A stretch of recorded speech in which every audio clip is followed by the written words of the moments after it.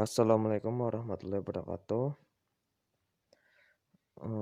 Perkenalkan, nama saya Febriandi Kurnia, eee, dengan NIM 51704111111.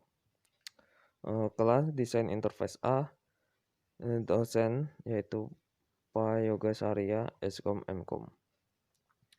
Pada video kali ini, saya akan menunjukkan tentang materi dari UI dan UX. Mari kita simak penjelasan berikut ini. Apa itu UI UX? UI dan UX itu adalah dua hal yang berbeda, tapi mereka saling berhubungan.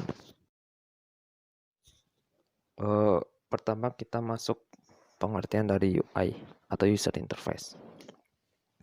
User Interface yaitu sebuah tampilan pada aplikasi atau website. Dan untuk cakupan UI itu apa saja sih? Untuk cakupan UI itu seperti tombol, warna, tipografi, layout, dan gambar atau animasi. Elemen visual yang sering ditangani oleh seorang UI designer itu biasanya dari skema warna, menentukan bentuk tombol, menentukan jenis font yang nantinya itu akan dipakai.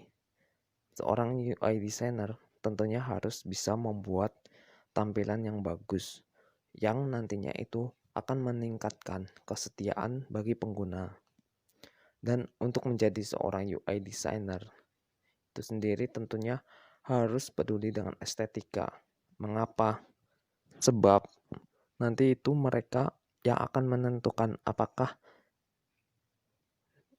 tampilan yang tepat seperti apa.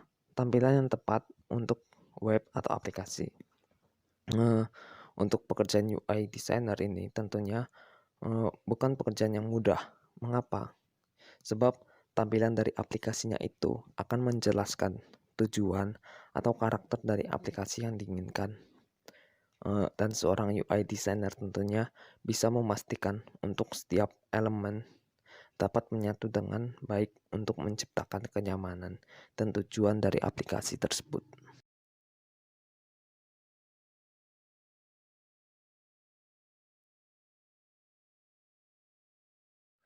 Oke, kita lanjut ke UX atau User Experience.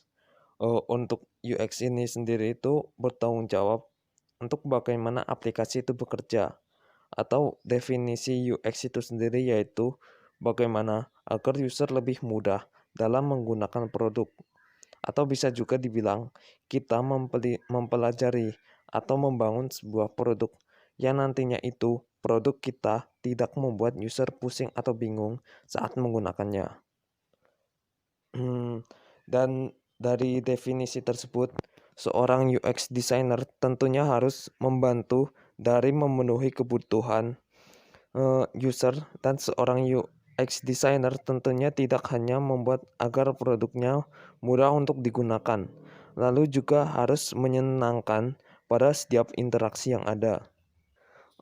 Tapi seorang UX designer perannya itu tidak cuma itu saja, yaitu juga dituntut berperan dalam bagian bisnis dan membantu sisi bagian developer. Dan dalam membuat wireframe dan desain markup adalah salah satu yang harus dimiliki seorang UX designer. Nah, untuk sedikit gambaran agar lebih paham maksud dari UI dan UX itu sendiri itu kita bisa perhatikan pada analogi ilustrasi ini. Bisa kita lihat UX itu diibaratkan sebagai kerangka. Kenapa kerangka? Ya, itu dianggap sebagai strukturnya gitu. Dan UI itu sendiri sudah digambarkan sebagai manusia yang seutuhnya. Bisa dilihat pada ilustrasi si UX ini sendiri itu yang pertama itu ada interaction design. Apa itu interaction design? Yaitu struktur atau perilaku interaksi antara produk web atau aplikasi terhadap penggunanya. Biasanya struktur inilah yang nantinya itu akan membuat pengguna dapat menggunakan semua fitur dari produk. Mulai dari mengakses fungsi utama produk hingga fitur tambahan yang ada. Interaksi desain ini itu merupakan jembatan komunikasi antara pengguna dengan produk website atau aplikasi yang digunakan. Kemudian wireframe dan prototype. Nah, wireframe itu merupakan kerangka dasar dari halaman yang akan kita buat. Biasanya itu dalam web itu tidak perlu tools atau website khusus. Kita juga bisa menggunakan alat tulis yang kita gunakan sehari-hari. Dan untuk prototype itu sendiri, itu adalah simulasi untuk menunjukkan cara kerja web atau aplikasi yang kita habis desain di Adobe XD atau Figma. Kemudian ada information architect. Nah, itu adalah sebuah praktek untuk membentuk atau memutuskan bagaimana menyusun bagian-bagian dari sesuatu untuk membuatnya itu agar lebih mudah dimengerti. Selain itu adalah pembuatan struktur itu untuk website aplikasi itu nantinya itu akan memungkinkan kita untuk memahami di mana kita itu sebagai seorang pengguna. Dan selanjutnya itu ada user research. Research itu adalah kita dari user seperti mau membuat aplikasi streaming musik. Nah, sebelum mendesain bagaimana kebutuhan bisnis aplikasi itu musik itu sendiri dan bagaimana gambaran besarnya itu, terus bagaimana strategi untuk memperoleh profit dan keuntungan. Setelah mengetahui itu, baru tentu melanjutkan dengan melakukan usaha riset. Yang pertama kali itu adalah mencari tahu bagaimana pola masyarakat dengan mendengarkan musik. Terus mencari tahu kenapa orang-orang itu mendengarkan musik. Kemudian bagaimana masyarakat ekonomi itu musik yang sering didengarkan. Nah, kemudian hasilnya itu akan menjadi panduan tim dalam mendesain aplikasi. Tinggal nanti aplikasinya itu akan tercipta desain yang sesuai untuk masyarakat. Kemudian skenario. Untuk skenario itu adalah salah satu teknik dari user experience dalam memahami, membayangkan, atau mengevaluasi baik desain UX itu secara konseptual maupun fisik. Mindset ditetapkan dalam pembuatan user skenario sendiri itu adalah fokus kepada user goals atau tujuan. Dan selanjutnya masuk ke UI. Nah, bisa dilihat UI ini kan sebelumnya dijelaskan atau digambarkan sebagai manusia yang seutuhnya. Begitu juga saat kita ingin membuat aplikasi atau website, pasti kita memerlukan elemen-elemen yang sangat penting agar aplikasi atau website kita lebih sempurna. Ada beberapa hal, yaitu pertama, visual design. Visual design itu fungsinya itu untuk menyampaikan desain yang disesuaikan pada pengguna, contohnya gambar, animasi, dan lain-lain. Kemudian color atau warna itu elemen yang sangat penting dalam mendesain. Mengapa? Karena nanti itu warna akan menciptakan user interface yang menarik. Kemudian graphic design. Seiring kita menemukan berbagai desain yang menarik. Nah, graphic designer lah yang membuat hal tersebut, dan jadi juga membuatnya itu menyesuaikan dengan brand dari perusahaannya. Kemudian layout. Secara istilah, layout itu menyusun, menata, dan memadukan unsur komunikasi grafis. Kemudian yang terakhir ada tipografi. Tipografi itu merupakan elemen yang penting yang harus disesuaikan juga dan bertujuan memberikan kemudahan kepada penggunanya. UI apa UX dulu? Sebenarnya itu mau UI atau UX dulu itu pasti ujung-ujungnya dalam membuat suatu produk. Pasti kita itu memikirkan bagaimana produk itu agar selalu digunakan oleh user. Sebelum itu, kita perhatikan terlebih dahulu hierarki dari Aaron Walter yang ada pada bukunya, yaitu buku Design for Emoticon. Di dalam hierarki itu terdiri dari 4 hal yang harus dipenuhi oleh suatu produk agar disukai oleh user, yaitu pertama itu fungsional.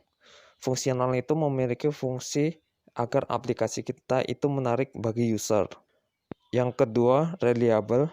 Maksudnya sendiri itu setiap aplikasi atau website harus bisa diandalkan oleh penggunanya saat digunakan. Yang ketiga itu usable. Memikirkan dalam membuat website atau aplikasi itu harus mudah digunakan oleh penggunanya.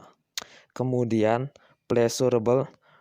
Pleasurable itu ini sendiri maksudnya itu kita itu juga memikirkan dari segi kenyamanan dan menyenangkan agar si pengguna itu betah dalam menggunakan aplikasi yang kita buat. Nah, di sini itu ada contoh dari aplikasi Dana. Dan aplikasi Dana itu menurut saya sudah menerapkan 4 konsep yang telah disebutkan sebelumnya. Yang pertama itu fungsional. Nah, pada aplikasi Dana itu sebagai dompet digital yang dimana aplikasi ini itu agar memudahkan hidup penggunanya dalam melakukan setiap transaksi baik online maupun offline. Berikutnya reliable. Pada aplikasi Dana itu seharusnya bisa diandalkan dalam segi keamanannya. Kemudian usable, tentunya aplikasi Dana ini mudah digunakan. Contohnya untuk transaksi biasanya tinggal scan barcode atau QR code saja. Kemudian pleasurable, desain dari aplikasi ini dibangun dengan memperhatikan kesenangan pengguna. Sebagai contoh, transisi dalam aplikasi ini menarik bagi user atau pengguna. Selanjutnya itu ada beberapa tools untuk membuat UI dan UX. Terus yang pertama itu Figma. Figma adalah salah satu platform yang berbasis web dan desktop. Berbasis web yaitu Figma itu dapat dijalankan dengan menggunakan web browser seperti Mozilla atau Google Chrome. Karena Figma itu berbasis web browser, dapat dijalankan di web browser, maka Figma itu dapat dijalankan di semua jenis sistem operasi. Nah, kelebihan dari Figma itu sendiri itu adalah kita bisa menjadikan tools kolaborasi, di mana dia itu memungkinkan kita itu dapat bekerja secara bersama-sama dalam suatu project. Kemudian yang kedua itu ada Sketch. Sketch merupakan tools yang paling populer di komunitas desain. Dia itu dapat memungkinkan itu dapat membuat desain dan prototipe secara hi-fi. Salah satu keunggulannya itu setiap desain itu bisa dijadikan aset dan bisa dipakai kembali, dan itu kegunaannya itu agar menjadi kita itu dalam mendesain itu selalu konsisten. Kemudian Sketch itu hanya tersedia untuk Macintosh dan berbayar. Selanjutnya itu ada Adobe XD. Adobe XD itu seperti Figma, itu platform yang gratis dan dapat dipakai di semua operasi sistem. Kemudian dan tools untuk membuat wireframe itu Balsamiq. Kemudian ada Balsamiq. Nah, untuk Balsamiq itu kamu dapat cepat mengembangkan struktur dan tata letak untuk membuat proyek itu dengan mudah dengan fitur drag and drop-nya, itu menjadikan kita lebih cepat dalam mengembangkan strukturnya. Sekian sedikit penjelasan yang dapat saya sampaikan. Apabila ada kekurangan atau kesalahan, yang saya mohon maaf yang sebesar-besarnya. Terima kasih telah menonton. Wassalamualaikum warahmatullahi wabarakatuh.